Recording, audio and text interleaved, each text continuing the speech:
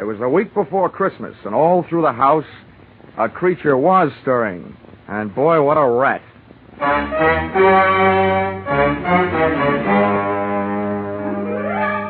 This is another in the adventures of America's fabulous freelance insurance investigator, Johnny Dollar, starring Charles Russell.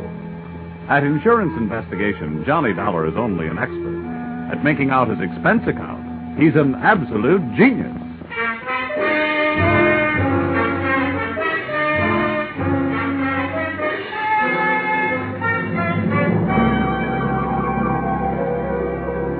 Expense account submitted by Special Investigator Johnny Dollar to Home Office, Industrial Insurers Incorporated, Hartford, Connecticut. Attention, Mr. Eben Stevens, General Manager. The following is an accounting of my expenditures during investigation of small-time swindles of big-time department stores. Or how I played Santa Claus and almost got left holding the sack. Or going for a sleigh ride without benefit of snow can be tough sledding. Expense account, item 1. $1. Tip to messenger who delivered this assignment writing by hand to my apartment. Thanks, Mr. Dollar. You have never been known as a fast man with a buck, Mr. Stevens, and I must say your note to me also marked you in my mind as an economist with words. Dear Dollar, our client, the Association of Department Stores of Greater Manhattan, has requested help on the following problem. A young man has been making the rounds of New York department stores during the current Christmas rush. Using his equipment and official-looking sales book, he goes to a business department, makes a quick sale on some large item, writes it up in his furious sales book, takes the customer's cash, and disappears. Enclosed find varying descriptions as furnished by victims to date, and check for your usual retainer fee. Please put a stop to this nefarious practice at once. Signed, Eben Stevens, General Manager. Expense account, item 2. $6.21. Train fare, Hartford to New York. Next morning at 7:03 on the Banker's Special. A train very cleverly named that because 75% of its load is made up of bankers. I sat among them in a parlor car, watching them limbering up for the day's chores, slowly shaking their heads from side to side and softly whispering, no. We arrived at Grand Central at 9:20. The bankers got off and headed for their granite vaults. I got off and headed to face my stone wall. Expense account, item 3. 4 bits, cab fare to offices of the Association of Department Stores of Greater Manhattan. There, things got brighter right away. Her name was Judy Whitehall. Boy, how she'd been missed by the scouts for the Copacabana, I'll never know. I have been assigned to help you all I can, Mr. Dollar. What would you like to know first? Your home phone number. Oh, well, maybe we better wait until later for that. How many stores are there in your association, Miss Whitehall? We have 120 member stores, Mr. Dollar. Great. You know, in one department store, I'm the kind of a guy that can't find a glove department. And now I've got 120 stores in which to find someone I don't even know. Well, we do have the man's description. Yeah, as a matter of fact, we have a lot of descriptions, all slightly different. And the regular store detectives are all on the lookout. It's like looking for a noodle in a spaghetti stack. And all the sales personnel have been warned. It's beautiful. What's beautiful? Your face. Well, really, Mr. Dollar. After all. Oh, yeah. Oh, yes, I know. Business. Well, before I start, maybe you'd better give me a letter of identification. If I spend all day moseying around department stores without buying anything, I can stand a good chance of getting picked up as a shoplifter. Right away. Follow me. All right. Oh, just a minute. Hello, this is Miss Whitehall. Oh, yes, Mr. Sandler. Oh, my, that's terrible. My goodness, that's awful. Good gracious, that's worse. Well, the insurance investigator is here right now, Mr. Sanders. We'll be right over. What's so terrible? Well, that man, the one we're looking for, he was in the Miller's store making a phony sale in the camera department. Oh, you also said it was awful. It was. A little girl picked up a camera and snapped his picture, and the man tried to take it away from her, and the girl yelled, and then her mother screamed. And what made it worse? Well, a store detective came running, and the man shot him. Then he grabbed the little girl, camera and all, and ran off. They called the police. Really? I can't imagine why.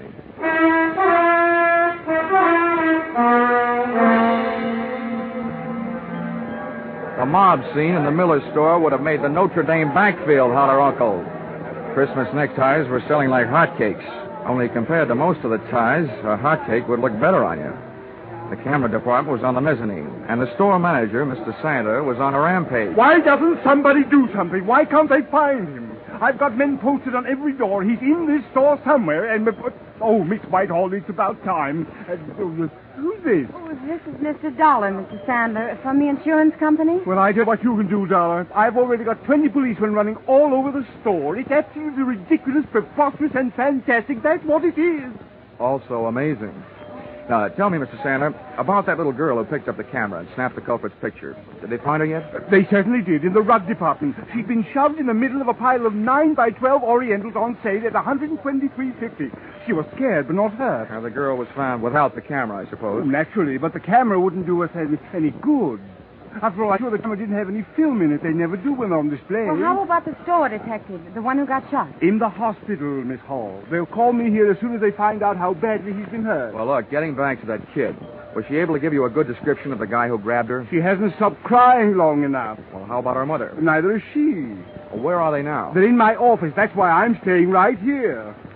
Where is your office? On the 8th floor, right next to the credit office. Well, this may be the first time I ever got past the credit office. Come on, Judy.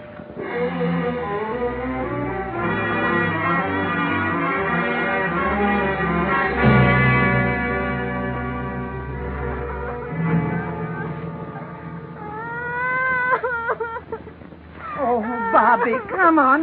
Blow your nose. There. Now, be a brave little girl. I don't want it. He hit me. He tried to kill me. Oh. He took away my camera. Let me have another try, Mrs. Jenkins. All right, Mr. Dollar, if you think it'll do any good. All right. Oh, come on now, Bobby. All you have to do is tell us what that bad man looked like.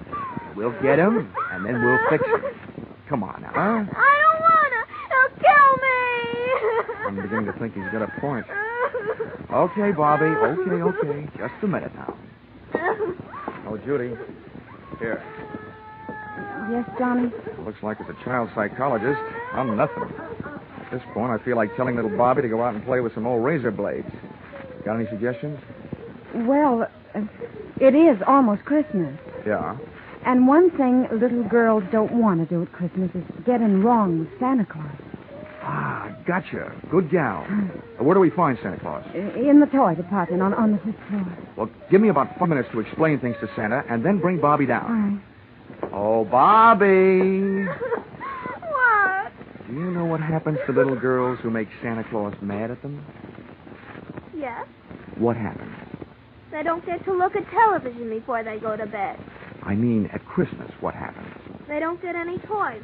All they get is old sweaters and underwear. Well, listen, Bobby. This guy Santa happens to be a good friend of mine. What do you think of that? Tell him I want an air rifle. You would. Okay. I'll even fix it so you can tell him yourself. How's that? Just fine. Ah, good girl. Hey, where'd you get that blood on your coat? You got a cut? No, sir. That's from that bad man. I bit him on the hand. Okay, Judy. Here I go. Oh, and on the way down, maybe you better stop by the dog supply department and buy little Bobby a muzzle. If the kid doesn't like his looks, old St. Nick may get hicked.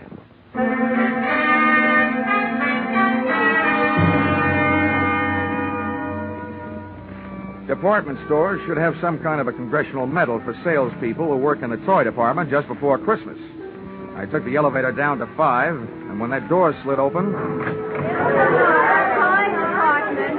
Let him out, please. It was like stepping into Dante's Inferno, junior grade. First, I got on the house phone and called Sandler, who was still in the camera department. He had word from the hospital. The store detective had died without regaining consciousness. I was no longer trying to catch a cheap swindler. I was now out to swap blood with a dirty murderer. A line of fidgety kids led me to Santa Claus, sitting benignly on his throne. I had a short talk with him, and a short wait for Judy and little Bobby.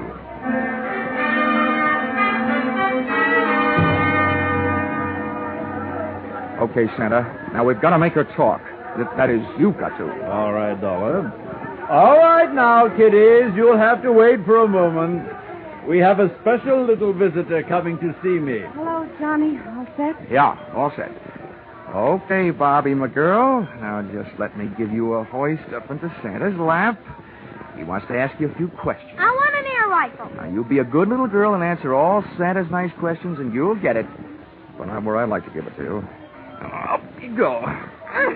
Yes. Well, there we are, honey. Now, tell me, what do you want for Christmas? I want an air rifle. Well, we'll see what we can do about that. Tell me, have you been a good little girl? Yes, sir.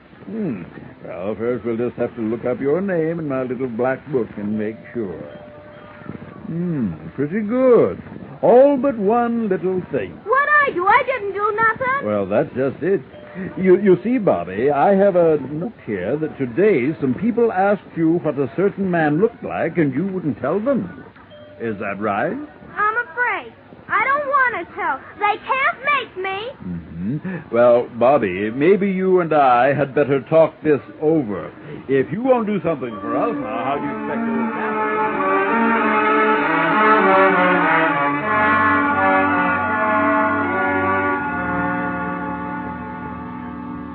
Little Bobby's description of the murderer wasn't the greatest by any means, but it was better than none at all, with which we had been furnished by the personnel in the camera department and the kid's mother. We took the girl to the advertising department, where an artist made a sketch.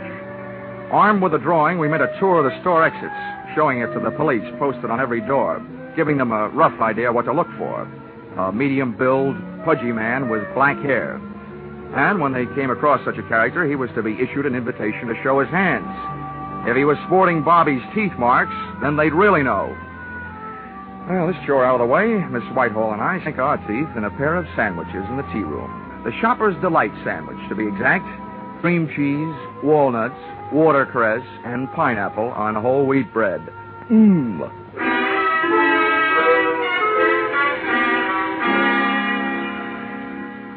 We found the store manager, Sandler, back in his office. He, too, was eating, but he was on a diet of straight fingernails. Oh, terrible, terrible, terrible. That's what it is. Now, don't worry, Mr. Sandler. He'll be caught. As a swindler, he might have gone on for years. But as a murderer, it won't be long, believe me. Oh, what to do? Well, I've got several ideas. And the first is to get out of your office and start at the top of the store and work my way down. They're already doing that, and not a sign of him. Well, I once found a mouse in a hayloft, so be not discouraged. And a pretty little mouse she was. Oh, dear. Oh, please, try to relax, Mr. Sandler. Everybody's doing their best. Yes, I'm sure they are. It's just that I... Oh. Hello? Yes, it's Mr. Sandler. Oh, no. Where? How long has he been there? Hello? I'll be right down. What's the matter now? About an hour and a half ago, our store Santa Claus stepped out into the employee restroom for a smoke. He was slugged from behind. When he came to, he was all tied up in a broom closet, and somebody has stolen his Santa Claus suit. They just found him. About an hour and a half ago. Judy, you know what that means? Oh, no. Oh, yes. 45 minutes ago, when little Bobby was giving Santa Claus the murderer's description, he was giving it to the murderer himself. Oh, good gracious. Instead of a kid's air rifle, it could have gotten us a revolver, size 38.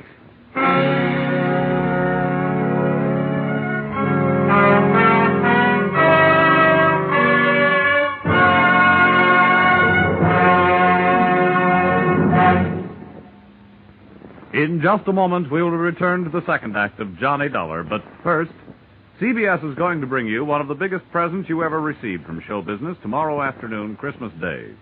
For a full hour on the entire CBS network, you're going to get all the comedy, all the laughs, and one of the greatest Broadway and Hollywood hits of recent years, The Man Who Came to Dinner. And the man who came will be played by none other than Jack Benny, plus Charles Boyer, Gene Kelly, Dorothy McGuire, Gregory Peck, and Rosalind Russell, plus Henry Fonda and John Garfield as narrators. You'll hear them all on CBS's special holiday hour tomorrow afternoon. Jack Benny, playing the man who came to dinner and breaking a leg, had to stay on and on and on. Now with our star, Charles Russell, we return to the second act of yours truly, Johnny Dollar.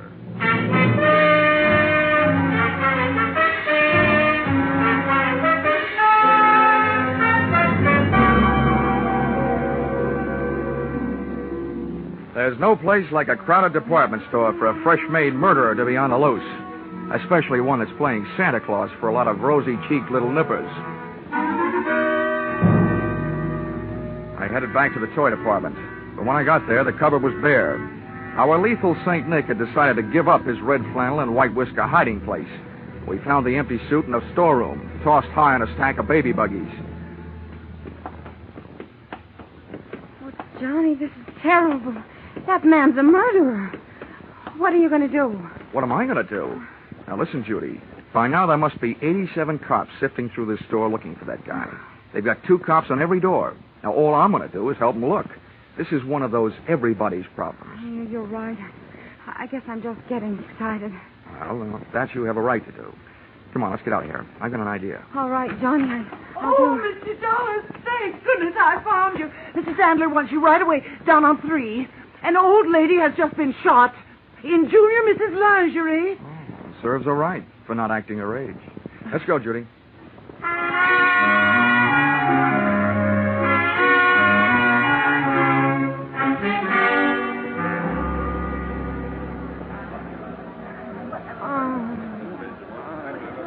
Right over here, Dollar. All right. Let him through, please. Let him through. Lady, please stand back now. Well, Dollar, Yeah? Congratulations. Before, this store was only going to sue that company of yours for $1 million. Considering what this shooting will do to our reputation, I'm going to make that $5 million. Mr. Sandler, keep your powder dry. First of all, it's not my company. And second, you can't sue them for something they didn't do. And third, you'd better get this poor old gal to a hospital. How badly is she hurt? And how did it happen? The doctor's on his way, and we've sent for an ambulance. This woman was lost out on the back stairway looking for the ladies' room. That maniac saw her coming toward him and ran down the stairs, firing over his shoulder. The bullet just seemed to have grazed her left side. Pretty lucky. Where are the police? They're searching all over the store. Dollar, what are we going to do? This is terrible for business. Well, I suspect that any minute now, the cops will be telling you to do something that's going to be even worse for business. Close the store. Well, but close the store? Why, we're staying open late tonight. It's the last-minute rush. I'm just telling you what I think. I think the cops will double the lookouts on all the doors and make you close the store. Then they can go to work. We lose thousands of dollars. They can't make me close the store. You stay open, you might lose a few more customers. The hard way. Where's that doctor? He'll be here any minute. Oh, Mr. Sandler. Well, yes, what is it? Well, they called up from the sporting goods in the basement. That man has been down there and held them up. And he took 4 guns and 6 boxes of ammunition. 6 boxes of... Oh, my... Oh, what's this going to do to our store? If you're not careful, it's going to turn your store into the world's largest shooting gallery with live targets. You know what I suggest, Mr. Sandler? What? What? Tell me what? Don't wait for the police to tell you. Close the store.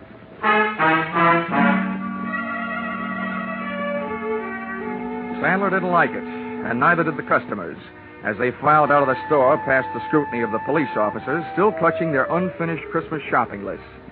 The process was slow, and while the customers were leaving, the clerks finished up their business, put the white shrouds over their counters, and they too filed out into the early night.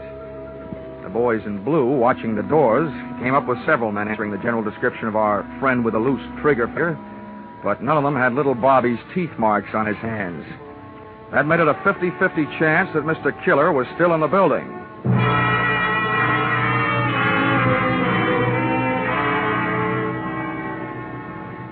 There's nothing more eerie than a department store after closing. And its white sheets, the whole joint seemed to be playing ghost. I sent Judy over to a steakhouse, Pietre's, on 3rd Avenue. Told her to wait. Then I had Sandler get me a gun from the sporting goods department. For that lonely, scared feeling, there's no medicine that quite takes the place of a piece of cool steel in your little hot hand.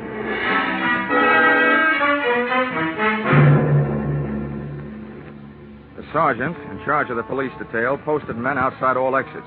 The rest he took up to the roof with him. They were going to run the whole store at their burly blue sieve, floor by floor, counter by counter, inch by inch. Sandler stayed with me down the first floor. Just for fun, I thought I would start working my way up.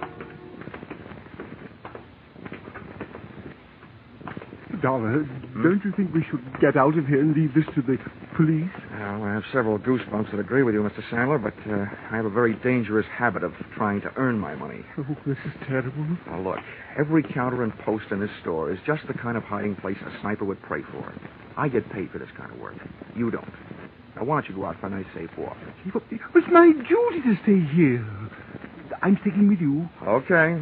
But remember, 2 of us give him twice as much to shoot at. No, you did. I had to go and open my big mouth. Get down.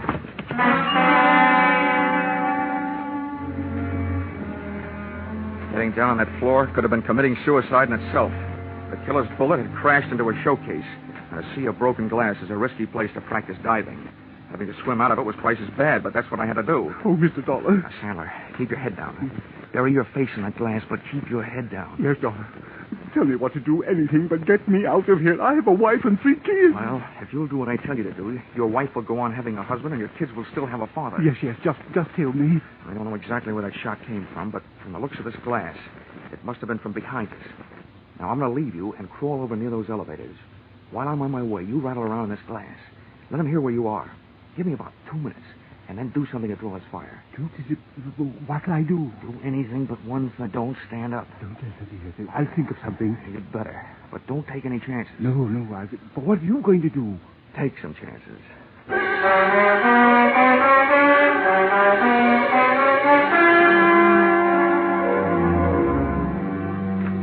Once I was on my way, Sandler went to work with a vengeance. I could hear him thrashing around in that glass like he was trying to corner the Band-Aid market. I made it over to the elevators, scooting flat along the floor till I hit a car with an open door and slithered inside. Behind the protection of the elevator's front wall, I stood up, peered over at the edge of the door, and waited for Sandler to make the move that would draw the murderer's fire. I must say Sandler was dead game, and the way he made it move, he also stood a good chance of coming plain dead. First, he stopped wiggling around on his bed of glass, and then he just stood straight up. The shot missed, but my eyesight didn't. The killer was shooting from high up, behind a pole. He was standing up on a glass showcase, hoping for a better view. And it didn't take me long to decide to give him a better view of the inside of that glass showcase. I started deliberately shooting his foothold out from under him.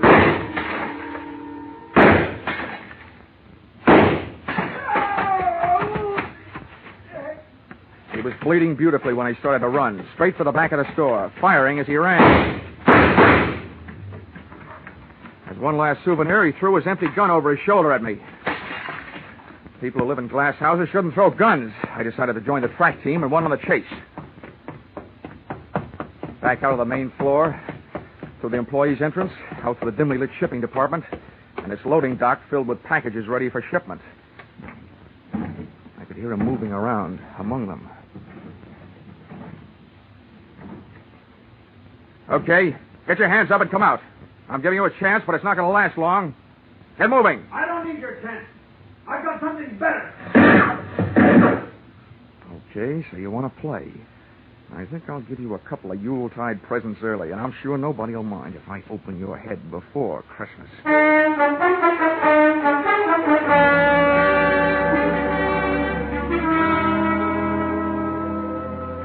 My hot-headed friend was hiding behind a high pile of wooden boxes ready for shipping. I grabbed a heavy, empty dolly, gave it a flying start, sent it crashing into the bottom box of the bell. It was beautiful. The biggest crash since 29.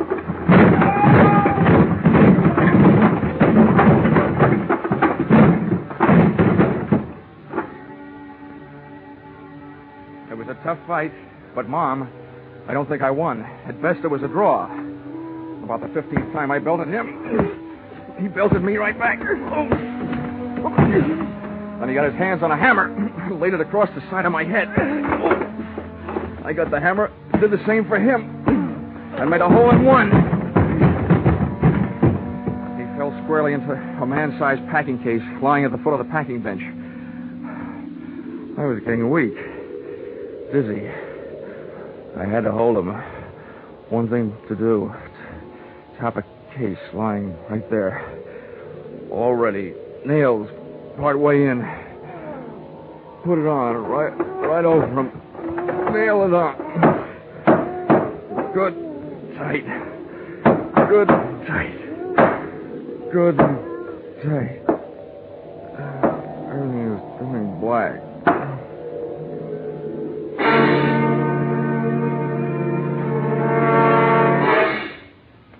Then everything went white. Hey, corny as this may sound, where am I? You're in the hospital, Johnny, darling. Hmm? But don't worry. It's only a slight concussion. They brought you here last night. Oh, I suppose I have a hammer-shaped hole in my head. No, darling. It hardly shows. Oh. How could it? The bandages covering it up. Well, at least I got him. You what, dear? I got him. The killer. Oh, no, dear. You couldn't have. They're still looking for him. Oh, no. Oh, my gosh. What time is it? 11 in the morning. I gotta get out of here. Why? Johnny, please. Johnny, you're not supposed to get out. Oh, nurse!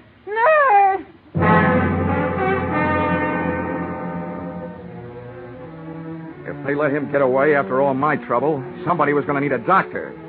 Judy and I hit the department store in 12 minutes flat. 1 minute later, I was in the shipping department talking to the head man. Now, Mr. Dollar, just calm down. Everything's going to be all right. Now, exactly what is it you want to know? That big packing case, the one that was lying right here in front of the bench last night. Where is it?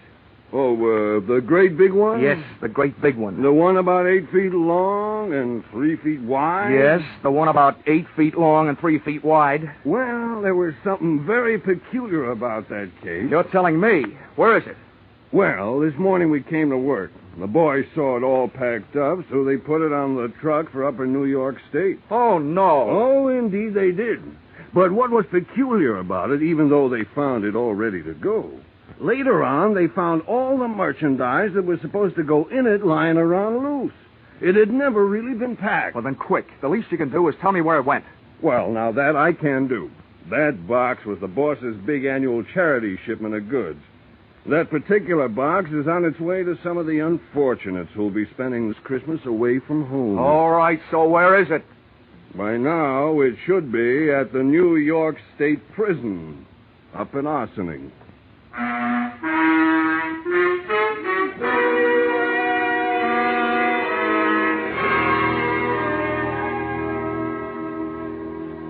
Expense account, item 5, $12.80. Dinner check at Pietro's, where I had asked Miss Judy Whitehall to wait for me the night before, and where I inadvertently stood her up. Although how a gal can stand up after eating $12.80 worth of food, more than I can figure out. Let's see. Expense account, item 6, $10. Medical supplies for those poor CBS sound men, Vern Surrey and Billy Gould, who had to break all that glass during the show. Expense account total, $511.50. You may think this amount is a little high, but isn't everybody at this time of the year? Signed, yours, truly, Johnny Dollar.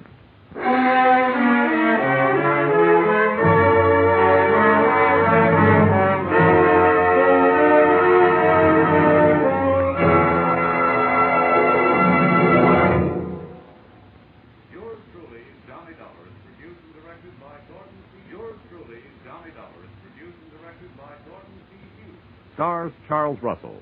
Script by Paul Dudley and Gil Dowd.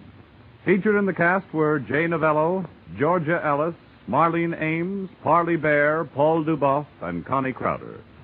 The special music is written and conducted by Leith Stevens. Your announcer is Bob Stevenson.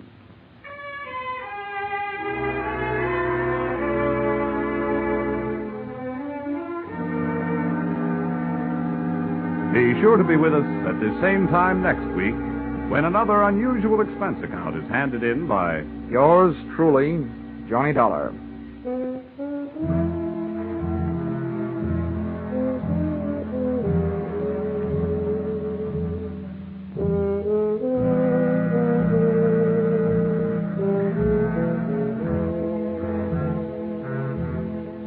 Those two pleasant gentlemen of music, Vaughn Monroe and Gene Autry, will be around with special Christmas music tonight on CBS. On his caravan, Vaughn will feature a medley of Christmas carols. And you'll hear the maestro and his band featuring Vaughn's new song success, The Jolly Old Man in the Bright Red Suit.